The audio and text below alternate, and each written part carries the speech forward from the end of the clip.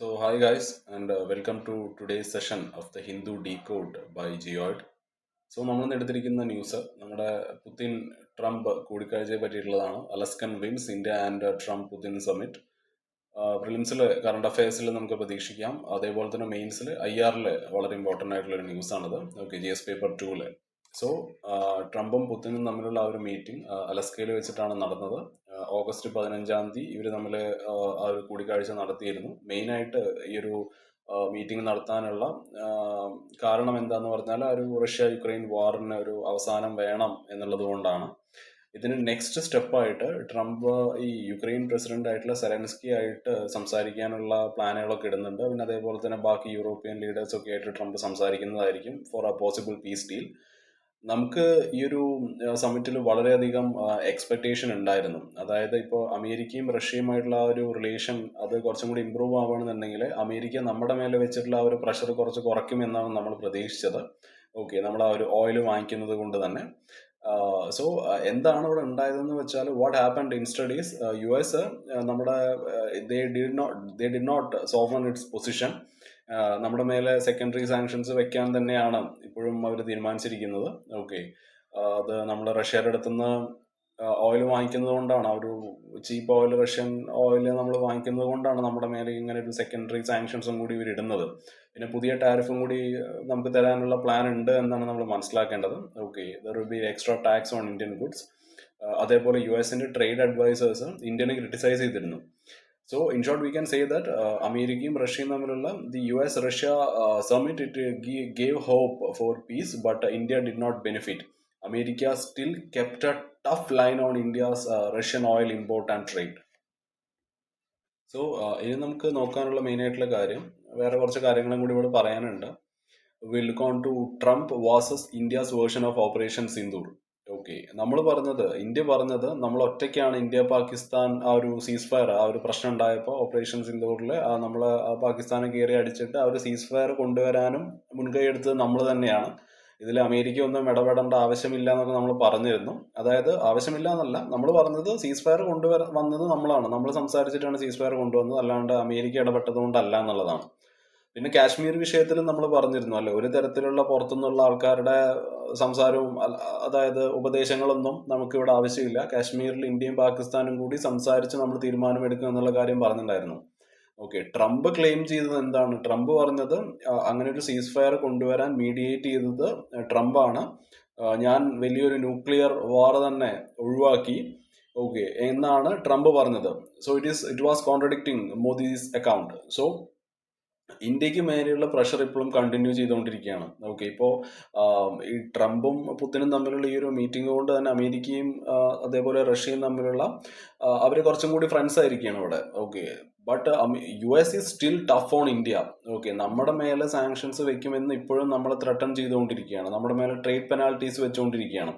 ഇവിടെ അമേരിക്ക എടുക്കുന്നത് double standard ആണ്. ഓക്കെ, നമ്മൾ റഷ്യയുടെ അടുത്ത് നിന്ന് ഓയിൽ വാങ്ങിക്കുന്നത് കൊണ്ട് നമ്മളെ ക്രിട്ടിസൈസ് ചെയ്യുന്നു, പക്ഷെ ഇവർക്ക് റഷ്യയുടെ അടുത്ത് നിന്ന് ഓയിൽ വാങ്ങിക്കാം, അതിന് പ്രശ്നമില്ല. ചൈനയാണ് നമ്മളെക്കാളും കൂടുതൽ ഓയിൽ വാങ്ങിക്കുന്ന ആൾക്കാരാണ് ചൈന.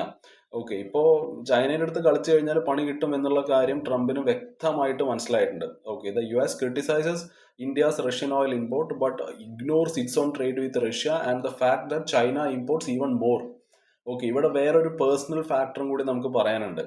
ഓക്കെ, ട്രംപ് വളരെയധികം അപ്സെറ്റ് ആയിരുന്നു. അതായത് മോദി റിജക്ട് ചെയ്തു. അതായത് ഇന്ത്യ പാകിസ്ഥാൻ ഡിസ്പ്യൂട്ടിൽ ഞാൻ മീഡിയേറ്റ് ചെയ്തിട്ടാണ് അവിടെ ഒരു സീസ് ഫയർ കൊണ്ടുവന്നത് എന്ന് ട്രംപ് പറഞ്ഞപ്പോൾ മോദി അതിനെ ഓപ്പൺ ആയിട്ട് റിജക്ട് ചെയ്യാണ് ചെയ്തത്.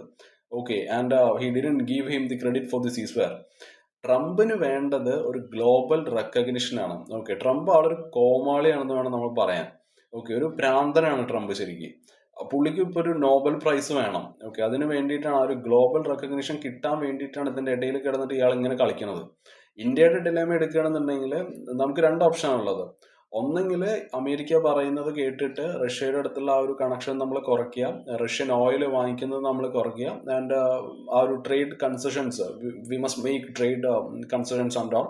ഓക്കെ, അത് നമ്മുടെ ഒന്നാമത്തെ കാര്യം. രണ്ടാമത്തെ ഓപ്ഷൻ എന്താന്ന് പറഞ്ഞാൽ ഡൈവേഴ്സിഫൈ ചെയ്യുക എന്നുള്ളതാണ്. അതായത് ജപ്പാനായിട്ടും അമേരിക്കയെ വിട്ടിട്ട് Japan, Russia, China, south Africa, okay, ഇങ്ങനത്തെ ആൾക്കാരുമായിട്ടുള്ള ആ ഒരു ടൈപ്പ് കുറച്ചും കൂടി സ്ട്രെങ്തൻ ചെയ്യാൻ നമ്മൾ ശ്രമിക്കണം. ആൻഡ് ക്വാഡ് പോലെയുള്ള പ്ലാറ്റ്ഫോംസ് നമ്മൾ നന്നായിട്ട് യൂസ് ചെയ്യണം to balance the US pressure. Okay, so ഇവിടെ നമ്മൾ മനസ്സിലാക്കേണ്ട കാര്യം, ട്രംപിന് വേണ്ടത് ക്രെഡിറ്റും അതേപോലെ റെക്കഗ്നിഷനുമാണ്. But his pressure on India has increased. So India now has to decide whether to bend or build alternate partnership. India has often focused on symbolisms. Okay, വലിയ വലിയ വലിയ ഈ റാലികൾ നടത്തുകയും അതേപോലെ അതായത് warm handshakes, personal honours, leader to leader chemistry, ഇതിലൊക്കെയാണ് നമ്മൾ ഫോക്കസ് ചെയ്യുന്നത്. ഓക്കെ, മെയിൻലി ആ ഒരു സിംബോളിസത്തിലാണ് നമ്മൾ ഫോക്കസ് ചെയ്യുന്നത്, ആൾക്കാരെ കാണിക്കാൻ വേണ്ടിയിട്ട്. പക്ഷേ റിയൽ പോളിസി ഗെയിൻസിലോട്ട് വരുന്ന സമയത്ത് ദേ വർ സം ടൈം നെഗ്ലക്റ്റഡ്. ഓക്കെ, ഇപ്പോൾ എഗ്രിമെന്റ്സും അല്ലെങ്കിൽ ട്രേഡ് കൺസെഷൻസും സ്ട്രാറ്റജിക് ഗ്യാരണ്ടീസ് പോലെയുള്ള കാര്യങ്ങളൊന്നും നമുക്ക് ലഭിക്കുന്നില്ല. അതിന് ഏറ്റവും വലിയ എക്സാമ്പിളാണ് ഈ മോദിയും നമ്മുടെ ചൈനയുടെ ഷീ ജിൻപിങ്ങും തമ്മിൽ 2014 തൊട്ടിട്ട് 19 വരെ ഏകദേശം 18ഓളം മീറ്റിംഗ്സ് നടത്തിയിട്ടുണ്ടായിരുന്നു. എന്നിട്ടാണ് ഗൽവാൻ ക്ലാഷ് ഉണ്ടായത് 2020. ഓക്കെ, അവരും നമ്മളും തമ്മിൽ ആ ഒരു നല്ലൊരു ഉഗ്രൻ പ്രശ്നം, അത് അവിടെ നിന്ന് എസ്കലേറ്റ് ചെയ്താണെന്നുണ്ടെങ്കിൽ ചിലപ്പോൾ അത് കയ്യിൽ നിന്ന് പോയിട്ടുണ്ടാവും. ഓക്കെ, എന്നിട്ടും ഇത്രയ്ക്ക് സീരിയസ് ആയിട്ടുള്ള പ്രശ്നങ്ങൾ അവിടെ നടന്നു. 18ഓളം മീറ്റിങ്ങുകൾ നടന്നിട്ട്. ഓക്കെ, 2014 തൊട്ട് 19 വരെ 18 മീറ്റിങ്ങുകൾ നമ്മൾ ഷീ ജിൻപിങ്ങുമായിട്ട് നടത്തിയിട്ടുണ്ടായിരുന്നു.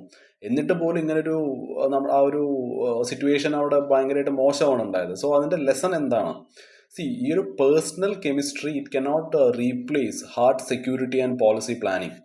ഇപ്പോൾ അമേരിക്കയുടെ കേസ് എടുക്കാം.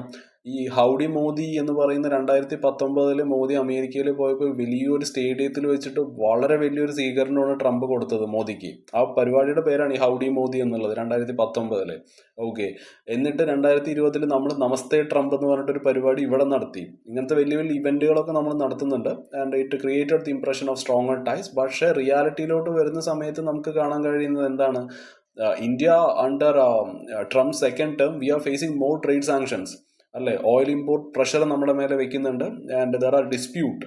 ഓക്കെ, ആ ഒരു സീസ്വയറിൽ ആ ഒരു ക്രെഡിറ്റ് ട്രംപിന് കൊടുക്കാത്തത് കൊണ്ട് അതും ഒരു പ്രശ്നമായിട്ടുണ്ട്.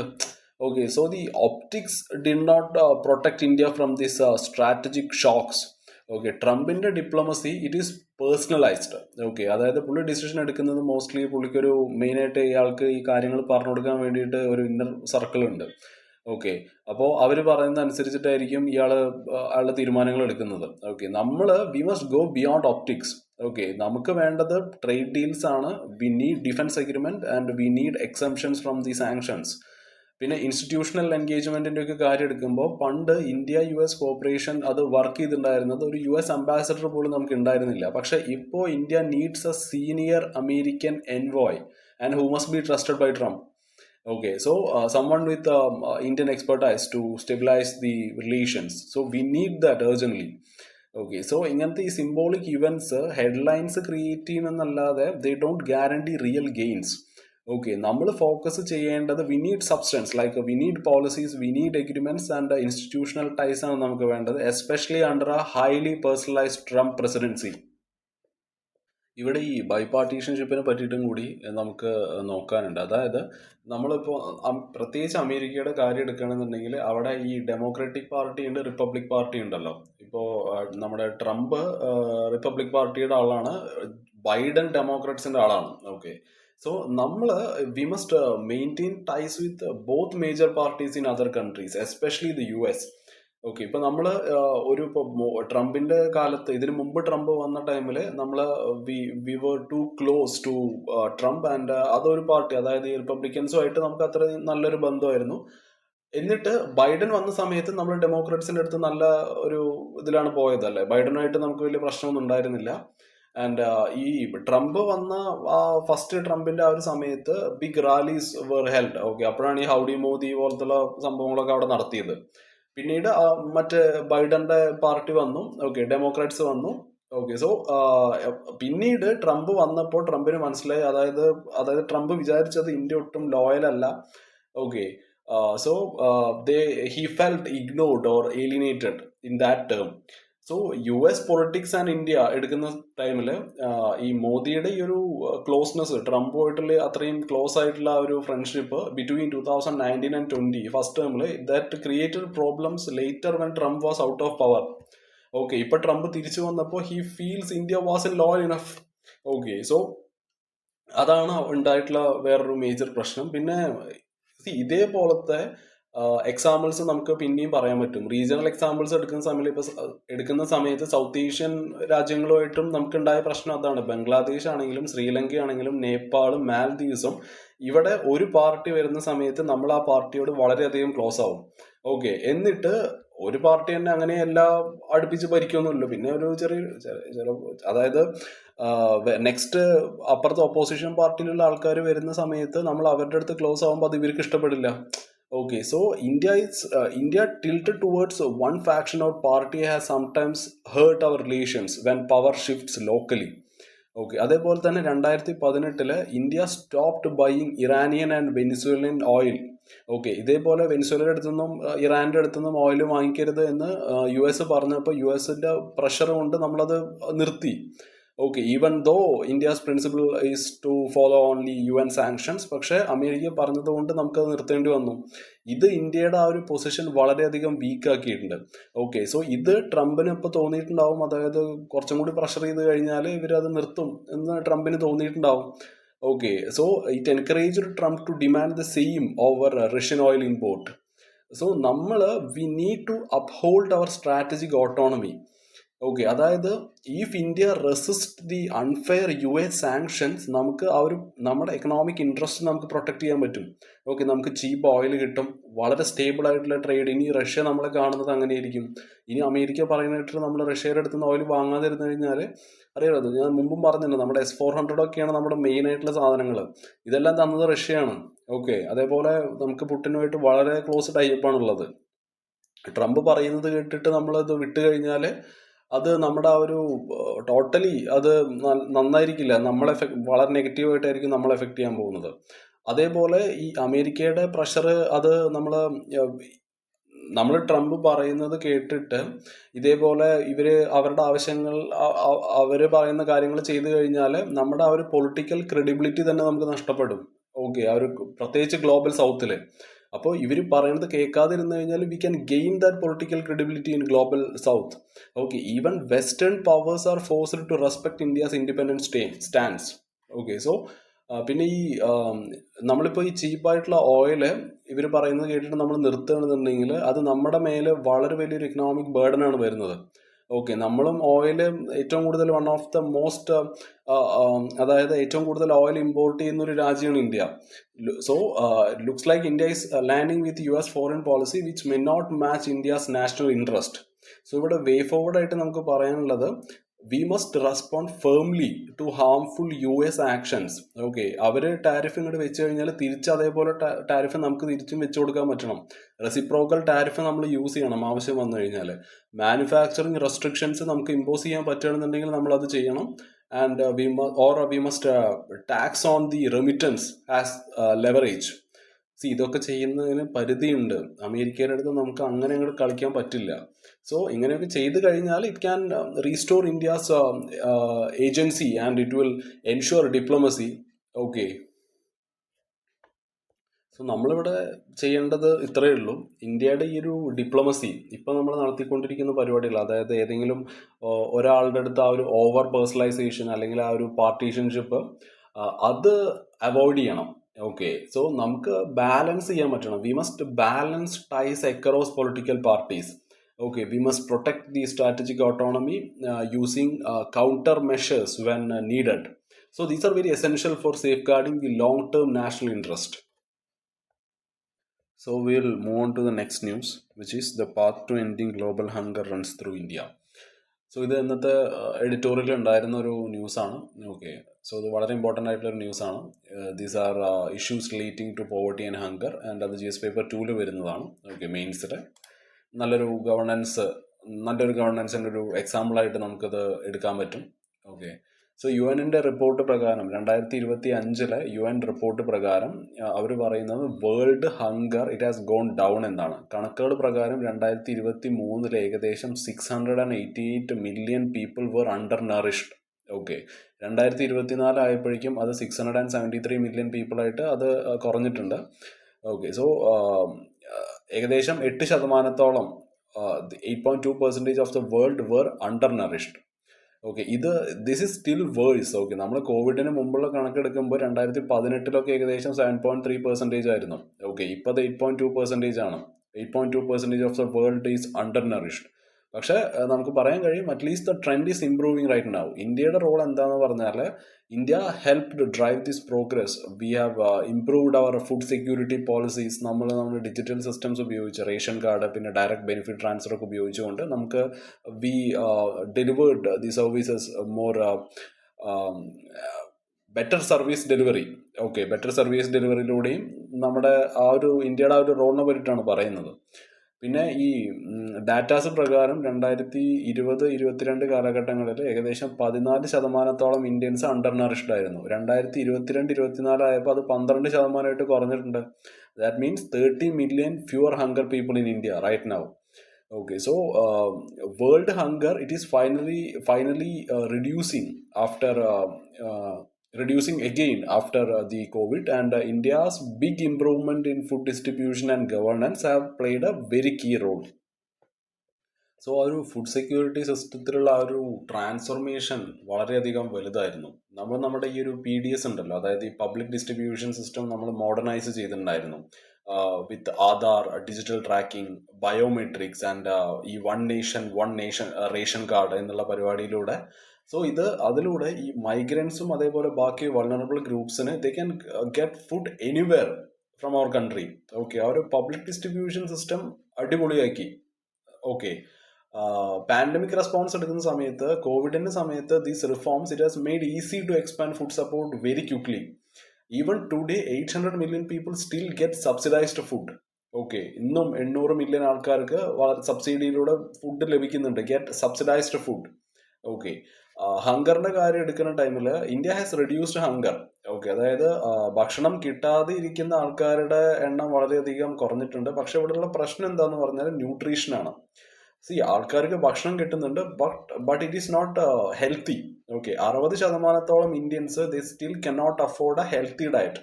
ഫ്രൂട്ട്സും വെജിറ്റബിൾസും പ്രോട്ടീൻസും ഒന്നും അഫോർഡ് ചെയ്യാൻ പറ്റുന്നില്ല.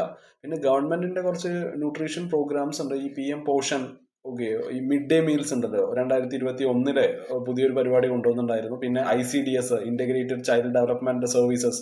സോ ഇതിലൂടെയൊക്കെ they are trying to give kids more nutritious food. Okay, so വെറും അതായത് റൈസും വീറ്റും മാത്രമല്ല, ന്യൂട്രീഷ്യസ് ഫുഡ് കുട്ടികൾക്ക് കിട്ടുന്നുണ്ട് എന്ന് ഉറപ്പ് വരുത്തുന്നുണ്ട്. Okay, the aim is to ആ ഒരു better child health. Okay, child health അതാണ് മെയിൻ ആയിട്ടുള്ളൊരു എയിം. സോ അങ്ങനെ ഉണ്ടെങ്കിൽ മാത്രമേ നമുക്ക് ആ ഒരു ലോങ് ടേം ഹ്യൂമൻ ഡെവലപ്മെന്റ് നമ്മുടെ രാജ്യത്ത് ഉണ്ടാവുള്ളൂ. ഇവിടെയുള്ള പ്രോഗ്രസ് ആൻഡ് ചാലഞ്ചസ് എടുക്കുന്ന സമയത്ത് India has made the nutritious diet little bit affordable. Okay, പുതിയ പ്രോബ്ലംസ് വരുന്നുണ്ട്. മാൽ ന്യൂട്രീഷൻ പ്രശ്നമാണ്. ഓക്കെ, അതായത് വളരെ പുവർ ഡയറ്റ് ക്വാളിറ്റിയാണ് നമുക്ക് കാണാൻ പറ്റുന്നത്. അതേപോലെ തന്നെ ഈ അയൺ, വിറ്റമിൻസ് ഇങ്ങനത്തെ സാധനങ്ങളിലുള്ള ആ ഒരു കുറവ്. ഓക്കെ, ആ ഒരു മൈക്രോ ന്യൂട്രിയൻ ഡെഫിഷ്യൻസി. ഓക്കെ, അതേപോലെ ഒബീസിറ്റി ആണ്. Okay, especially in urban poor population. ഒരു സൈഡിൽ ഒബീസിറ്റി കൂടി വരികയാണ്, അതായത് ഒബീസിറ്റി ഒരു സൈഡിൽ കൂടി വരുമ്പോൾ അപ്പുറത്തെ സൈഡിൽ ആൾക്കാർ ഭക്ഷണം കിട്ടാണ്ട് മരിക്കുന്ന അവസ്ഥയും ഇന്ത്യയിലുണ്ട്. ഓക്കെ, സോ ഇന്ത്യയിൽ ഇത് രണ്ടെണ്ണം എക്സ്ട്രീം ആണ്. India has done well in ending the hunger, but the bigger battle now is nutrition. Okay, so we must make sure that people can afford and access healthy and balanced diet. So India കൊണ്ടുവന്നിട്ടുള്ള റിഫോംസിനെ പറ്റിയിട്ട് പറയുന്ന ടൈമിൽ India's reforms in food security are not just helping our own people. Okay, നമ്മൾ ലോകത്തിന് തന്നെ നമ്മളൊരു മോഡലായിരിക്കുകയാണ്. ഓക്കെ, അത് അവർ അക്സെപ്റ്റ് ചെയ്തിട്ടുമുണ്ട്. ഓക്കെ, റെക്കഗ്നൈസ് ചെയ്യപ്പെട്ട ഒരു സംഭവമാണ്, ഒരു ഗ്ലോബൽ റെലവൻസ്. ഓക്കെ, സോ അതേപോലെ ഗ്ലോബൽ സൗത്തിലുള്ള ആ ഒരു ലീഡർഷിപ്പ് ഇപ്പോൾ India can guide other developing countries. Okay, നമുക്ക് നമ്മുടെ ആ ഒരു എങ്ങനെയാണ് നമ്മൾ എത്രത്തോളം സക്സസ് ആയത് എന്നുള്ള കാര്യം നമുക്ക് അവർക്ക് പറഞ്ഞു കൊടുക്കാൻ പറ്റും ത്രൂ ഡിജിറ്റൽ ഫുഡ് ഗവർണൻസിലൂടെയും സോഷ്യൽ പ്രൊട്ടക്ഷൻ സ്കീംസിലൂടെയും അഗ്രികൾച്ചർ റിഫോംസിലൂടെയാണ് നമ്മൾ ഈ ഒരു സക്സസ് കൈവരിച്ചത്. പിന്നെ ഈ ഒരു സ്കെയിലബിലിറ്റി ഓഫ് സക്സസ് ആണ്. സോ ഇന്ത്യ പ്രൂവ് ചെയ്തത്, അതായത് with political will plus better investment and inclusive policies, hunger reduction is possible എന്ന് നമ്മൾ ഈ ലോകത്തിന് കാണിച്ചു കൊടുക്കുകയാണ് ചെയ്തത് at a very large scale. Okay, hunger reduction is still possible at a very large scale through political will, smart investment and inclusive policies. പിന്നെ ഈ sustainable development goals ഉണ്ടല്ലോ, രണ്ടാമത്തെ SDG ആണ് സീറോ ഹങ്കർ എന്നുള്ളത്. ഏകദേശം 2030 അതിന്റെ ഡെഡ് ലൈൻ. ഓക്കെ, ഇനിയിപ്പോൾ 5 വർഷം കൂടി ഉണ്ട്. സോ ഇന്ത്യയുടെ progress it is very crucial for the world to meet this target. കാരണം ഏറ്റവും കൂടുതൽ ആൾക്കാരുള്ള, ഏറ്റവും കൂടുതൽ പോപ്പുലേഷൻ ഉള്ളത് ഇവിടെയാണ്, ഏറ്റവും കൂടുതൽ ദരിദ്രരായ ആൾക്കാരുള്ളതും ഇവിടെയാണ്. ഓക്കെ, സോ നമ്മൾ ആ ഒരു പട്ടിണി മാറ്റിക്കഴിഞ്ഞാൽ എനിക്ക് തോന്നുന്നു അത് അപ്പൊ തന്നെ ലോകത്തിന് ഇത് കൈവരിക്കാൻ പറ്റും. ഈ ഒരു സീറോ ഹങ്കർ എന്നുള്ള ഈ ഒരു സസ്റ്റൈനബിൾ ഡെവലപ്മെന്റ് ഗോൾസ്, നമ്മുടെ ആ ഒരു കോൺട്രിബ്യൂഷൻ ഇവിടെ വളരെ ക്രൂഷ്യലാണ്. ഓക്കെ, എന്നാൽ മാത്രമേ ലോകത്തിന് ഇത് ഈ ഒരു SDG 2 അല്ലെങ്കിൽ സീറോ ഹങ്കർ നമുക്കത് കൈവരിക്കാൻ പറ്റുകയുള്ളൂ. നമ്മുടെ നെക്സ്റ്റ് സ്റ്റേജ്, നമ്മുടെ മുന്നിലുള്ള നെക്സ്റ്റ് സ്റ്റേജ് എന്താന്ന് പറഞ്ഞാൽ, ഈ നമ്മളിപ്പോൾ ഹങ്കർ നമ്മൾ കുറച്ചിട്ടുണ്ട്. ഓക്കെ, നമുക്കിനി വേണ്ടത് ന്യൂട്രീഷൻ ആണ്. ഓക്കെ, സോ നമ്മൾ ഈ വയറ് നിറയ്ക്കുക എന്നുള്ളതിലുപരി we must ensure the nutritional food, resilience and better opportunities. പിന്നെ ഗ്ലോബൽ റെസ്പോൺസിബിലിറ്റിയുടെ കാര്യം എടുക്കുമ്പോൾ നമ്മൾ നേരത്തെ പറഞ്ഞ പോലെ തന്നെ, since India has the largest population and a major share of the world's unnourished is in India. Okay, so ഈ ഒരു ഗ്ലോബൽ ഹങ്കറിനെതിരെയുള്ള ഈ ഒരു fight, it depends on India sustained success.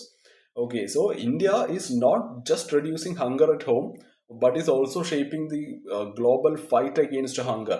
India ഇവിടെ സക്സസ് ആയി കഴിഞ്ഞാൽ the world is more likely to achieve the zero hunger by 2030.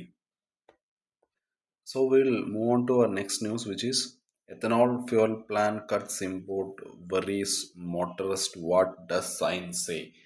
So ഇത് നമ്മൾ 2021 തീരുമാനിച്ചതാണ്. അതായത് 2025 ആകുമ്പോഴേക്കും പെട്രോളിൽ ഏകദേശം 20% എഥനോൾ മിക്സ് ചെയ്യണം എന്നുള്ളത്. ഇതിന് E20 ഫ്യൂൽ എന്നാണ് പറയുക. ഇത് ചെയ്യാനുള്ള മെയിൻ ആയിട്ടുള്ള റീസൺ എന്താണെന്ന് പറഞ്ഞാൽ പൊല്യൂഷൻ കുറയ്ക്കുക എന്നുള്ളതാണ്. ഓക്കെ, സോ അതുകൊണ്ട് തന്നെ ഈ ഒരു കാർബൺ എമിഷൻ നമുക്ക് കുറയ്ക്കാൻ പറ്റും. ഓക്കെ, അതേപോലെ തന്നെ നമ്മൾ ഓയില് ഏറ്റവും കൂടുതൽ ഇമ്പോർട്ട് ചെയ്യുന്ന ആൾക്കാരാണല്ലോ. സോ നമുക്ക് അതിൽ ചിലവാക്കുന്ന പൈസയും കുറച്ച് കുറയ്ക്കാൻ പറ്റും. സോ പുതിയ vehicles that can run on E20 fuel that are being sold right now. So ഇവിടുത്തെ പ്രശ്നങ്ങൾ എന്താണെന്ന് പറഞ്ഞാൽ, ഈ പഴയ കാറുകൾ അല്ലെങ്കിൽ ബൈക്കുകൾ they may not run well on this fuel. Okay, അത് എൻജിൻ പണി വരാനുള്ള പ്രശ്നം കൂടുതലാണ്. ഓക്കെ, അങ്ങനെ വരാം, അല്ലെങ്കിൽ നല്ല മെയിൻ്റനൻസ് കോസ്റ്റ് ആണ്. And slightly it have very low mileage. Okay, അതുകൊണ്ട് ഈ പഴയ കാറുകളിലും പഴയ ബൈക്കുകളിലും ഇത് വർക്ക് ആവില്ല. So it's good for the environment and energy security and all, but there are challenges for older vehicles and users. So ഈ ethanol എന്താണ് എന്നുള്ള കാര്യം നമുക്കൊന്ന് നോക്കണം. ഓക്കെ, എഥനോളിൻ്റെ ബേസിക്സ് എടുക്കുമ്പോൾ എഥനോൾ ഒരു ബയോഫ്യൂലാണ്. ഓക്കെ, ഇത് പ്ലാന്റ്സിൽ നിന്ന് വരുന്നതാണ് and it is not coming from the fossil fuels. So ഇത് എന്തുകൊണ്ടാണ് ഇമ്പോർട്ടൻ്റ് ആവുന്നതെന്ന് ചോദിച്ചാൽ, പെട്രോളിനേക്കാളും കുറച്ചും കൂടി ക്ലീൻ ആയിട്ടുള്ളൊരു സാധനമാണ്. പിന്നെ അതേപോലെ തന്നെ മോസ്റ്റ് ഇമ്പോർട്ടൻ്റ്ലി ആ ഒരു ഓയിൽ ഇമ്പോർട്ട് നമുക്ക് കുറയ്ക്കാൻ പറ്റും. ഈ എഥനോളിൻ്റെ സോഴ്സസ് എന്തൊക്കെയാണെന്ന് നോക്കാം. ഒന്ന് ഷുഗർ കെയിൻ ആണ്. ഓക്കെ, ഷുഗർ കെയിനിൻ്റെ ബൈ പ്രൊഡക്റ്റ് ആയിട്ട് നമുക്ക് എഥനോൾ എടുക്കാൻ പറ്റും. സി ഹെവി മൊലാസിസ്, ബി ഹെവി മൊലാസിസ് എന്ന് പറയുന്ന രണ്ട് പരിപാടികളുണ്ട്. സി ഹെവി മൊലാസിസ് എന്ന് പറഞ്ഞാൽ, നമ്മളിപ്പോൾ ഒരു കരിമ്പിൽ നിന്നും അല്ലെങ്കിൽ ഷുഗർ കെയിനിൽ നിന്നും നമ്മൾ മാക്സിമം ഷുഗർ എക്സ്ട്രാക്ട് ചെയ്തതിന് ശേഷം അതിലുണ്ടാകുന്ന ബാക്കിയുള്ള ഷുഗറാണ്. ഓക്കെ, ഏകദേശം 28% തൊട്ട് 32% വരെ ഷുഗർ അതിൽ ബാക്കി ഉണ്ടാവും. സോ അതിൽ നിന്നും നമുക്ക് ഇത് എടുക്കാൻ പറ്റും, എഥനോൾ എടുക്കാം. പിന്നെ കുറച്ചും കൂടി ഏർലിയർ ബൈ പ്രൊഡക്ട്സ്. ഓക്കെ, അതായത് ഒരു 48% തൊട്ട് 52% വരെ ഷുഗർ ബാക്കി ഉണ്ടാവുമ്പോൾ അതിനെയാണ് ഈ ബി ഹെവി മൊലാസിസ് എന്ന് പറയുന്നത്. ഓക്കെ, സോ അതിൽ നിന്ന് നമുക്ക് എഥനോൾ എടുക്കാൻ പറ്റും. പിന്നെ ഷുഗർ കെയിൻ ജ്യൂസിൽ നിന്നും ഷുഗറിൽ നിന്നൊക്കെ ഡയറക്റ്റ്ലി എഥനോൾ കിട്ടുന്നതാണ്. പിന്നെ ഗ്രെയിൻസിൽ നിന്ന് നമുക്ക് എടുക്കാൻ പറ്റും. ഈ ഡാമേജ്ഡ് റൈസ്, മെയ്സ് പോലെയുള്ള സാധനങ്ങളിൽ നിന്ന് നമുക്ക്, ഗ്രെയിൻസിൽ നിന്ന് നമുക്ക് എഥനോൾ കിട്ടുന്നതാണ്. പിന്നെ ലിഗ്നോ സെല്ലുലോസിക് ബയോമാസ്, അതായത് ഈ പ്ലാന്റ് മെറ്റീരിയൽസ്, പക്ഷെ നമ്മൾ ഈ കഴിക്കാൻ യൂസ് ചെയ്യാത്ത സാധനങ്ങളുണ്ടല്ലോ, it is not usually eaten. അങ്ങനത്തെ പ്ലാന്റ് മെറ്റീരിയൽസ് ഉണ്ട്. ഈ husk, stalk, straw, wood waste. Okay, ഇങ്ങനത്തെ സാധനങ്ങളിൽ നിന്നും നമുക്ക് എഥനോൾ കിട്ടുന്നതാണ്. And it will be rich in cellulose, hemicellulose and lignin. Okay, so ഇങ്ങനത്തെ ഈ സാധനങ്ങളുണ്ടല്ലോ, സെല്ലുലോസും ഹെമി സെല്ലുലോസും ലിഗ്നിൻ പോലെയുള്ള സാധനങ്ങൾ, they need special processing. Okay, എന്നാലാണ് നമുക്ക് ആ ഒരു ഷുഗർ അതിൽ നിന്ന് ബ്രേക്ക് ചെയ്ത് എടുക്കണമെന്നുണ്ടെങ്കിൽ വേറെ കുറച്ച് സ്പെഷ്യൽ പ്രോസസ്സ് ഉണ്ട്. സോ എഥനോൾ എന്നുള്ളത് ഒരു ആൽക്കഹോളാണ്. Okay, it is made by fermenting the plant sugars. Okay, so different feedstocks they give different yield. And non food plant waste like ഈ lignocellulose, it is more complex but it is very sustainable. So ഈ എഥനോളിലുള്ള ഒരു calorific value എടുക്കുന്ന സമയത്ത് അല്ലെങ്കിൽ ഒരു energy content, okay, so ഒരുപാട് calorific value ഉണ്ടെന്നുണ്ടെങ്കിൽ it will have more energy. Okay, so എഥനോളിന് വളരെ കുറവ് കലോറിഫിക് വാല്യൂ ഉള്ളൂ പെട്രോളായിട്ട് കമ്പയർ ചെയ്യുമ്പോൾ. Okay, that means that it is less efficient, അല്ലെങ്കിൽ മൈലേജ് കുറവായിരിക്കും വണ്ടികളിൽ. പിന്നെ ഒക്ടെയിൻ നമ്പർ എന്ന് പറയുന്നത്, ഈ ഒക്ടെയിൻ നമ്പർ എന്ന് പറയുന്ന ഒരു സാധനം നമുക്ക് നോക്കാനുണ്ട്. ഓക്കെ, ഈ ഒക്ടെയിൻ നമ്പർ എന്നുകൊണ്ട് ഉദ്ദേശിക്കുന്നത് ആ ഒരു ഫ്യൂവലിൻ്റെ എബിലിറ്റിയാണ് to resist the knocking. Okay, so ഈ എഥനോളിൻ്റെ octane number it is higher than petrol. Okay, അതുകൊണ്ട് തന്നെ ഈ പെർഫോമൻസ് ഉണ്ടല്ലോ, വണ്ടിയുടെ പെർഫോമൻസ് സൂപ്പർ ആയിരിക്കും. It is good for smoother performance. Mileage എഫക്റ്റിലോട്ട് വരുന്ന സമയത്ത് ഈ E10, അതായത് 10% എഥനോള്, അതിൽ നിന്നും 20% എഥനോളിലേക്ക് പോകുമ്പോൾ വളരെ കുറവ് മൈലേജിൽ ചെറിയൊരു വ്യത്യാസങ്ങളേ ഉണ്ടാവുള്ളൂ. 100% എഥനോൾ വെച്ച് മാത്രം പെട്രോൾ ഉണ്ടാക്കി കഴിഞ്ഞാൽ മൈലേജ് ഉണ്ടാവില്ല. ഓക്കെ, അത് പ്രശ്നമാണ്. ബാക്കി പെട്രോളിൻ്റെ കൂടെ നൈസായിട്ട് ഈ സാധനം മിക്സ് ചെയ്ത് കഴിഞ്ഞാൽ അത്ര വലിയ പ്രശ്നമൊന്നും ഉണ്ടാവില്ല. എഥനോളിൻ്റെ പ്രശ്നങ്ങൾ എന്തൊക്കെയാന്ന് പറഞ്ഞാൽ, എഥനോളിന് ഈ വാട്ടർ ഭയങ്കര ഈസി ആയിട്ട് അതിനെ അബ്സോർബ് ചെയ്യാൻ പറ്റും. ഓക്കെ, സോ അതുകൊണ്ട് തന്നെ ഈ ഫ്യൂൽ ടാങ്കുകളിലൊക്കെ ഈ തുരുമ്പ് പിടിക്കാനുള്ള ചാൻസ് ഉണ്ട്. ഓക്കെ, അതേപോലെ തന്നെ ഈ റബ്ബർ പാർട്ടുകളിലൊക്കെ അത് ഡാമേജ് ആക്കാനുള്ള ചാൻസും ഉണ്ട്. ഓക്കെ, വണ്ടിയുടെ അകത്തുള്ള ഈ ഇഞ്ചക്ടേഴ്സും ഫിൽറ്റേഴ്സും ചില സീൽസൊക്കെ പ്രശ്നത്തിലാവും. ഗവൺമെന്റിന്റെ പൊസിഷൻ ഈ ഒരു കാര്യത്തിൽ എന്താന്ന് പറഞ്ഞാൽ, ഗവൺമെന്റ് പറയുന്നത് ഈ issues it can be fixed by replacing a few parts എന്നാണ്. ഓക്കെ, യൂഷ്വലി ചീപ്പായിട്ടുള്ള ഒരു വണ്ടിയിൽ അത് ഒരു തവണ ചിലപ്പോൾ മാറ്റേണ്ടി വരുള്ളൂ. ഇതാണ് ഗവൺമെന്റിന്റെ position. In short we can say that ഇത് സ്മൂത്തർ എൻജിൻ നമുക്ക് തരുന്നതായിരിക്കും. ഹൈ ഒക്ടെയിൻ ആണെന്ന് നമ്മൾ പറഞ്ഞു. പിന്നെ ക്ലീനർ ഫ്യൂലാണ്. ഓക്കെ, കമ്പയർ ചെയ്യുന്ന സമയത്ത്, പെട്രോളായിട്ട് കമ്പയർ ചെയ്യുന്ന സമയത്ത്. പിന്നെ ഇതിൻ്റെ ഒരു നെഗറ്റീവ് സൈഡ് എന്താന്ന് പറഞ്ഞാൽ, ഒരു ചെറിയൊരു മൈലേജിൽ ഒരു ചെറിയൊരു ലോസ് നമുക്ക് കിട്ടാൻ ചാൻസ് ഉണ്ട്. പിന്നെ വാട്ടർ അബ്സോർപ്ഷൻ ഒരു മെയിൻ ആയിട്ടുള്ള ഒരു റിസ്ക് ആണ്. Okay, so the parts wear out. So ഈ E20യുമായിട്ടുള്ള വെഹിക്കിൾ കമ്പാറ്റബിലിറ്റി എടുക്കുന്ന സമയത്ത് ഈ പഴയ വണ്ടികളിൽ, അല്ലെങ്കിൽ ഈ കാർബറേറ്റർ എഞ്ചിൻ ഉള്ള വണ്ടികളിൽ അവിടെ ഈ ഇലക്ട്രോണിക് കൺട്രോൾ യൂണിറ്റ് എന്ന് പറയുന്ന ഒരു സാധനം ഉണ്ടാവില്ല. ഓക്കെ, അതുകൊണ്ട് തന്നെ ഈ E20 it won't suit for the old vehicles. Okay, carburettor engines ഉള്ളതിന് ഇത് സ്യൂട്ട് ആവില്ല. ഓക്കെ, അതിനെ അഡ്ജസ്റ്റ് ചെയ്യാൻ പറ്റില്ല. ഈ ഒരു mix, it is A mix of fuel air mix, അവർക്ക് അഡ്ജസ്റ്റ് ചെയ്യാൻ പറ്റില്ല ഈ പഴയ വണ്ടികൾക്ക്. അതുകൊണ്ട് തന്നെ ആ ഒരു ഡാമേജ്, ആ ഒരു റിസ്ക് വളരെയധികം കൂടുതലാണ്. ആ ഒരു ഡാമേജ് റിസ്ക് വളരെയധികം കൂടുതലാണ്. പുതിയ വെഹിക്കിൾസിൽ it is better suited. Okay, അവിടെ ഈ ഇലക്ട്രോണിക് കൺട്രോൾ യൂണിറ്റ് എന്ന് പറയുന്ന സാധനമുണ്ട്.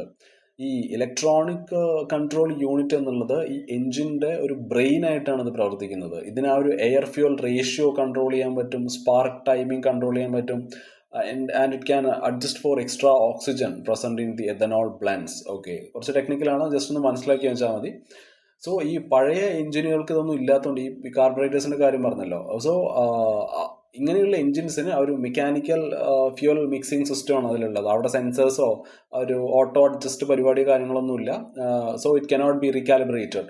Hence it won't be compatible with the E20. Okay, ECU vehicles എടുക്കുന്ന സമയത്ത് ഇതിനത് അഡാപ്റ്റ് ചെയ്യാൻ പറ്റും. ഓക്കെ, അവിടെ ഈ carburetted ones they cannot adopt that. So ഇതിൽ ഈ ബ്രസീലിലുള്ള മോഡല് നമുക്ക് എടുക്കാൻ പറ്റണം. ഓക്കെ, ബ്രസീൽ ഈ ഒരു പരിപാടി തുടങ്ങിയത് 1975 ഓക്കെ, 1975 തന്നെ അവർ ആലോചിച്ചിട്ടുണ്ട് എഥനോൾ പെട്രോളായിട്ട് നമുക്ക് മിക്സ് ചെയ്തിട്ട് സെറ്റാക്കുക എന്നുള്ള പരിപാടി അവർ അന്നേ ആലോചിച്ചിട്ടുണ്ട്. ഗ്രാജ്വലി അവർ ഈ ഗവൺമെൻറ് സബ്സിഡീസ് ഒക്കെ കൊടുത്തിട്ടാണ് ആ ഒരു ഷിഫ്റ്റ് കൊണ്ടുവന്നത്. ആക്ച്വലി ഇപ്പോൾ ഇന്ന് ബ്രസീലിൽ 27% എഥനോൾ പെട്രോൾ അവിടെ ഉണ്ട്. അതായത് E27, നമ്മൾ E20 ആണല്ലോ ആക്കാൻ നോക്കുന്നത്, അവർ E27 ആണ്. ഓക്കെ, സോ അവിടെ ഈ ഫ്ലെക്സ് ഫ്യൂൽ കാറുകളുണ്ട്. അതായത് പെട്രോൾ ഉപയോഗിച്ചിട്ട് അവിടെ കാർ ഓടും.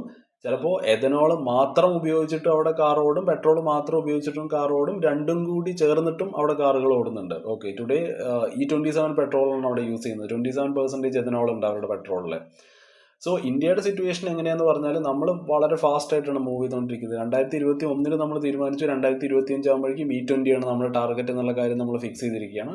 ഇന്ത്യയുടെ കാര്യം എടുക്കുമ്പോൾ ഈ ഫ്ലെക്സ് ഫ്യൂൽ കാറുകൾ ഇവിടെ കുറവാണ്. ഓക്കെ, പിന്നെ വളരെയധികം ഹൈ കോസ്റ്റ് ആണ്. So engineers need to recalibrate millions of existing vehicles. Ethanol blending ചെയ്ത് കഴിഞ്ഞാൽ നമുക്ക് പൊല്യൂഷൻ കുറയ്ക്കാൻ പറ്റും, നല്ലൊരു ക്ലീൻ എയർ ആയിരിക്കും. ഓക്കെ, നമുക്ക് ഓയിൽ ഇമ്പോർട്ട് നമുക്ക് വളരെയധികം കുറയ്ക്കാൻ പറ്റും. അതുകൊണ്ട് നമുക്ക് നമ്മുടെ ആ ഒരു എനർജി സെക്യൂരിറ്റി നമുക്ക് കുറച്ചും കൂടി ബെറ്റർ ആക്കാൻ കഴിയുന്നതാണ്. പിന്നെ ഇത് റിന്യൂവബിൾ ആണല്ലേ, നമുക്ക് നമ്മുടെ ഈ ക്ലൈമറ്റ് ഗോൾസിനെല്ലാം ഇത് ഹെൽപ്പ് ചെയ്യുന്നതാണ്. കൺസേൺസ് എന്തൊക്കെയാന്ന് പറഞ്ഞാൽ policy is good in theory, okay, പക്ഷെ India is pushing too fast right now. നമുക്ക് വേണ്ടത് വളരെ സ്ലോ ആയിട്ടുള്ള ഒരു ഫേസ്ഡ് അപ്രോച്ച് ആണ്. ഓക്കെ, സോ ബ്രസീലിനെ പോലെ വളരെ സ്ലോ ആയിട്ട് സ്റ്റഡി സക്സസ് ആണ് നമുക്ക് വേണ്ടത്. India right now it is very fast. Okay, വളരെ റിസ്കി ട്രാൻസിഷൻ ആണ് ഇന്ത്യ എടുത്തിരിക്കുന്നത്. Okay, so we'll move on to the next news, which is government survey shows dip in unemployment rate. So ഇത് overall ഒരു unemployment ട്രെൻഡിനെ കുറിച്ചിട്ടുള്ള ഒരു ന്യൂസാണ്. Okay, ഇന്ത്യയുടെ unemployment rate 2024 ജൂലൈയിലെ കണക്കുകളാണ് നമ്മൾ എടുക്കുന്നത്. സോ കഴിഞ്ഞ വർഷം തന്നെ ഈ 2024 ജൂണിൽ അത് 5.6% അത് 5.2% ആയിട്ട് അത് കുറഞ്ഞിട്ടുണ്ട്. സോ ഇത് കാണിക്കുന്നത് ആ ഒരു ജോബ് അവൈലബിലിറ്റി അല്ലെങ്കിൽ കുറച്ചും കൂടി ജോലി സാധ്യതകൾ കൂടി വരുന്നതായിട്ട് നമുക്ക് കാണാൻ പറ്റും. ഓക്കെ, ഇത് shows the improvement in job availability. പക്ഷേ ഈ ഒരു ഹെഡ്ലൈൻസിൽ ഉള്ളതുപോലെ അല്ല, ഇതിൻ്റെ പുറകിൽ കുറച്ച് വേറെ ഡീപ്പായിട്ടുള്ള മറ്റ് ഇഷ്യൂസ് ഉണ്ട്.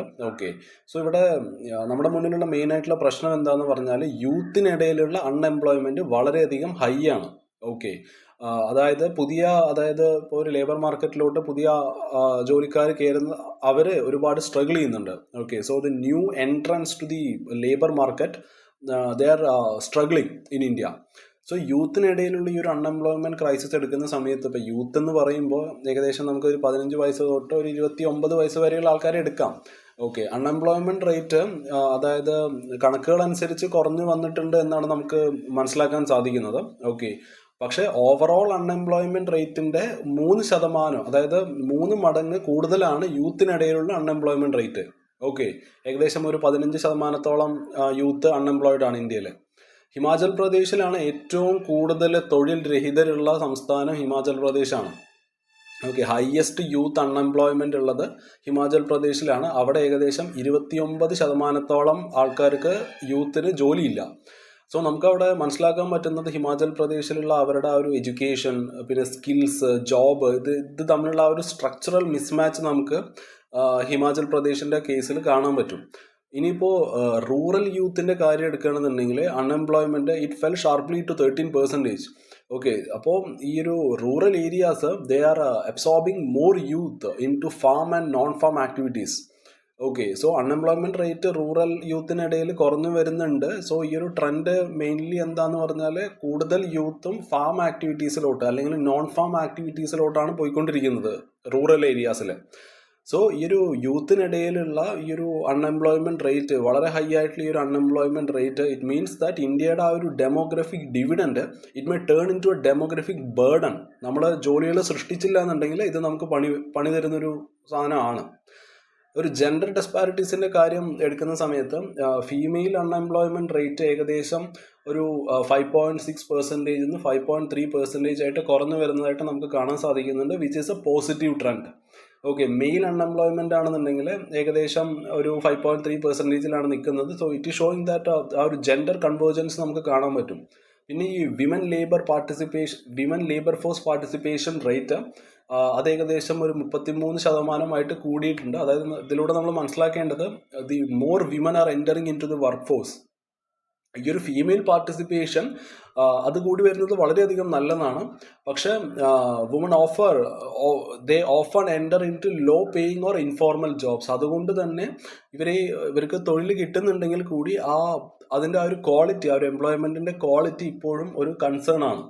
പിന്നെ റീജിയണൽ വേരിയേഷൻസിന് കണക്കെടുക്കുകയാണെന്നുണ്ടെങ്കിൽ ഇപ്പോൾ നമ്മൾ ഹിമാചൽ പ്രദേശിൻ്റെ കാര്യം പറഞ്ഞു, അവിടെയാണ് അതായത് ഏറ്റവും വേഴ്സ്റ്റ് യൂത്ത് അൺഎംപ്ലോയ്മെൻ്റ് ഉള്ള ഒരു സംസ്ഥാനമാണ് ഹിമാചൽ പ്രദേശ്. 29% നമ്മൾ പറഞ്ഞു.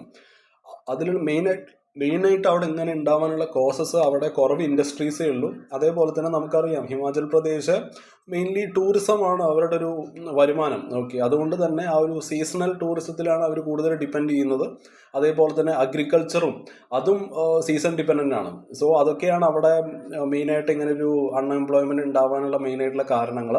ഗുജറാത്താണ് ഇവിടുത്തെ ഏറ്റവും ബെസ്റ്റ് പെർഫോമൻസ് കാഴ്ചവെച്ചിരിക്കുന്നത്. ഗുജറാത്തിൽ യൂത്തിനിടയിലുള്ള അൺഎംപ്ലോയ്മെന്റ് ഏകദേശം 5.6% ആണ്. ഓക്കെ, സോ അത് റിഫ്ലക്ട് ചെയ്യുന്നത് വളരെ സ്ട്രോങ് ആയിട്ടുള്ള industrial base and job creation നമുക്ക് ഗുജറാത്തിൻ്റെ കേസിൽ കാണാൻ പറ്റും. അർബൺ ഏരിയാസും റൂറൽ ഏരിയാസും തമ്മിലുള്ള വ്യത്യാസം എടുക്കുന്ന സമയത്ത് അർബൺ ഏരിയാസിലാണ് ഏറ്റവും കൂടുതൽ അൺഎംപ്ലോയ്മെന്റ് റേറ്റ് ഉള്ളത്, അർബൺ ഏരിയാസിലാണ്. ഓക്കെ, അതിന് മെയിനായിട്ടുള്ള കാരണമായിട്ട് പറയുന്നത് ഫോർമൽ സെക്ടർ ജോബുകളിൽ വളരെ സ്ലോ ഗ്രോത്തേ നമുക്ക് കാണാൻ കഴിയുന്നുള്ളൂ. ഓക്കെ, അതേപോലെ തന്നെ ടെക്നോളജി ഡ്രിവൺ ജോബ് ലോസസ് അവിടെ കൂടി വരികയാണ്. ആൻഡ് മൈഗ്രേഷൻ പ്രഷർ ഒരു പ്രശ്നമാണ്.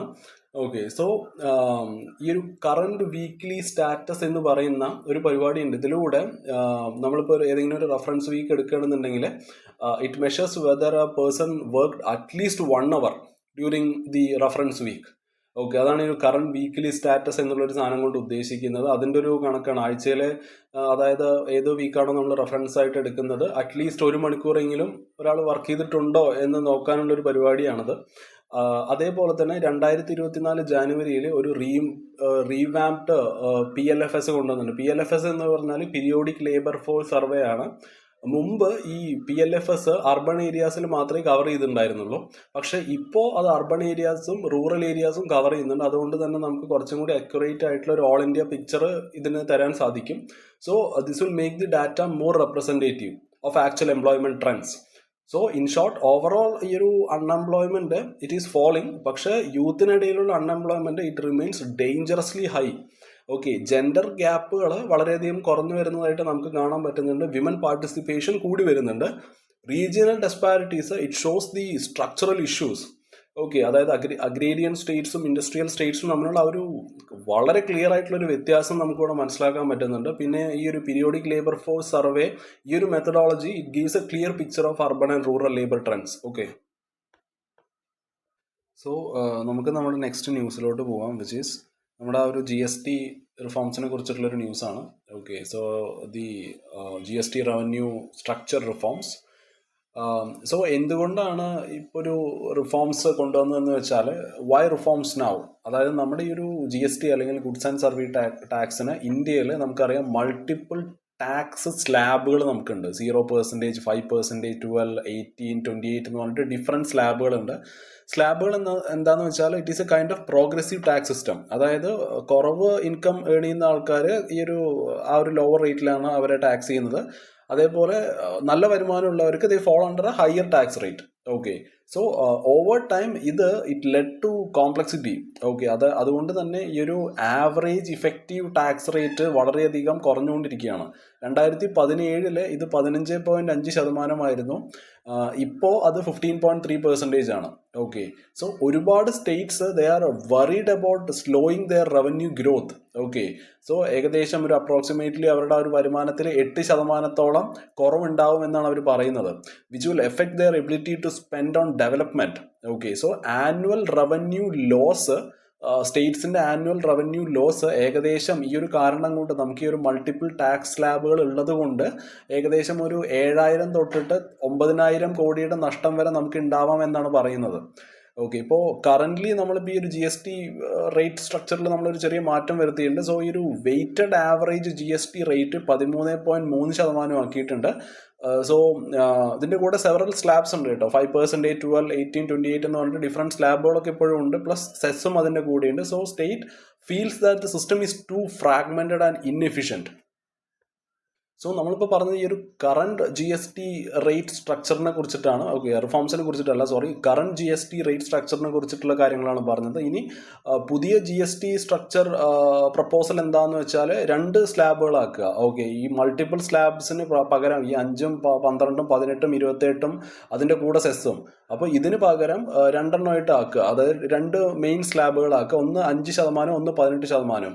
5% വളരെ ലോ റേറ്റുള്ള ഒരു ടാക്സ് സ്ലാബും പിന്നെ 18% ഒരു സ്റ്റാൻഡേർഡ് റേറ്റ് ആണ്. ഓക്കെ, അതായത് most of the goods and സർവീസസും ഈ ഒരു സ്റ്റാൻഡേർഡ് റേറ്റിലായിരിക്കും ടാക്സ് ചെയ്യപ്പെടുക.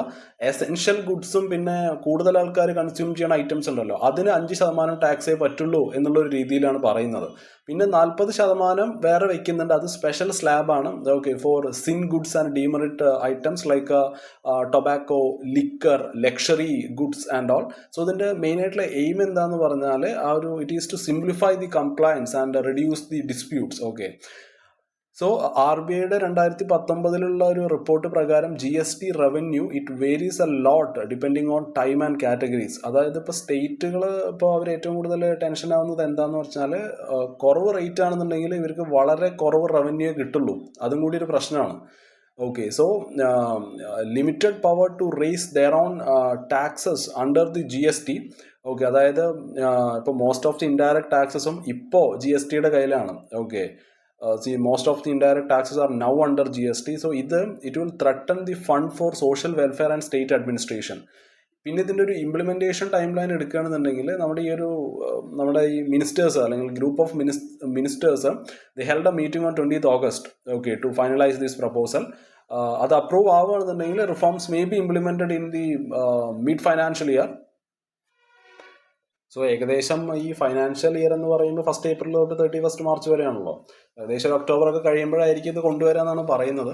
ഓക്കെ, സോ ഇതിൻ്റെ ഒരു ഇക്കണോമിക് ഇംപ്ലിക്കേഷൻസ് എങ്ങനെയാന്ന് പറഞ്ഞാൽ ഇതിൻ്റെ പ്രോസ് ആൻഡ് കോൺസ് എടുക്കുന്ന സമയത്ത് ഇതിൻ്റെ ഒരു അഡ്വാൻറ്റേജ് ആയിട്ട് നമുക്ക് പറയാൻ പറ്റുന്നത് ഈ റേറ്റുകൾ കുറയ്ക്കുന്ന സമയത്ത് goods it will become cheaper. Okay, so അത് എക്കണോമിക് ഗ്രോത്തിനും അതേപോലെ it will stimulate the consumption and economic growth. Okay, so അതായത് ഈ ചില certain goods the price may fall by 1,000 or more according to this. Okay, so അതിൻ്റെ പ്രോസിനെ പറ്റിയിട്ടാണ് നമ്മൾ പറഞ്ഞത്. ഇതിൻ്റെ ഒരു നെഗറ്റീവ് സൈഡ് എന്താണെന്ന് പറഞ്ഞാൽ ടാക്സ് കളക്ഷനും അതേപോലെ കുറയും. ഓക്കെ, അതായത് ഗവൺമെൻറ്റിന് പൈസ ഉണ്ടാവില്ല, അവരുടെ റവന്യൂവിൽ വളരെ വലിയൊരു ഇടിവ് വരും. This could effect the public spending on health, education and welfare. Okay, so GST എന്നുള്ളത് it is A shared tax system. Okay, അതായത് സെൻട്രലും സ്റ്റേറ്റും ഇതിലുണ്ട് അല്ലേ. സോ സ്റ്റേറ്റ് ഫിയർ ചെയ്യുന്നത് ഈ ഒരു അവരുടെ ആ ഒരു ഫിസിക്കൽ ഓട്ടോണമി അത് അവർക്ക് നഷ്ടപ്പെടുമോ എന്നുള്ളൊരു കാര്യമാണ്. ഓക്കെ, അതായത് പിന്നെ ഇവർക്ക് സെൻറ്ററിനെ കുറച്ചും കൂടി അധികം ഡിപ്പെൻഡ് ചെയ്യേണ്ടി വരും for compensations and all. So the centre must find a compensation mechanism. Okay, ഈ ഒരു റവന്യൂ ലോസ്, ഓക്കെ, ഈ വരുമാനത്തിലുണ്ടാവുന്ന ഈ ഒരു ഇടിവ് ബാലൻസ് ചെയ്യാൻ വേണ്ടിയിട്ടുള്ളൊരു മെക്കാനിസം സെൻറ്റർ കൊണ്ടുവരണം. Okay, so they must make the GST sustainable while ensuring both growth and adequate revenues. Okay, ഇത് നമ്മുടെ മുന്നിലുള്ള വളരെ ലോങ് ടേം ചാലഞ്ച് ആണ്. ഓക്കെ, സോ ഗവൺമെൻറ്റിന് they want to simplify the GST into 2 slab structures. Okay, to boost the economy. പക്ഷേ ഇവിടെ സംസ്ഥാനങ്ങൾ fear ചെയ്യുന്നത് നമ്മൾ പറഞ്ഞല്ലോ, ഈ GSTയിൽ സ്റ്റേറ്റും ഉണ്ട്, സ്റ്റേറ്റിന് കൊടുക്കേണ്ട പൈസയുണ്ട്, അതേപോലെ നമ്മുടെ സെൻറ്ററിന് കൊടുക്കുന്ന പൈസയുണ്ട്. SGST, CGST എന്നൊക്കെ പറഞ്ഞിട്ട് കുറേ സാധനങ്ങളുണ്ടല്ലോ. ഇവിടെ സ്റ്റേറ്റിന് ഏറ്റവും വലിയ പേടി എന്താണെന്ന് പറഞ്ഞാൽ അവരുടെ ആ ഒരു റവന്യൂ അവർക്ക് നഷ്ടമാവും എന്നുള്ളൊരു കാര്യമാണ് അവരിപ്പോൾ ഭയപ്പെട്ടുകൊണ്ടിരിക്കുന്നത്. Which may hit their welfare spending. Okay, so the center needs to strike a balance between the economic stimulus and physical federalism.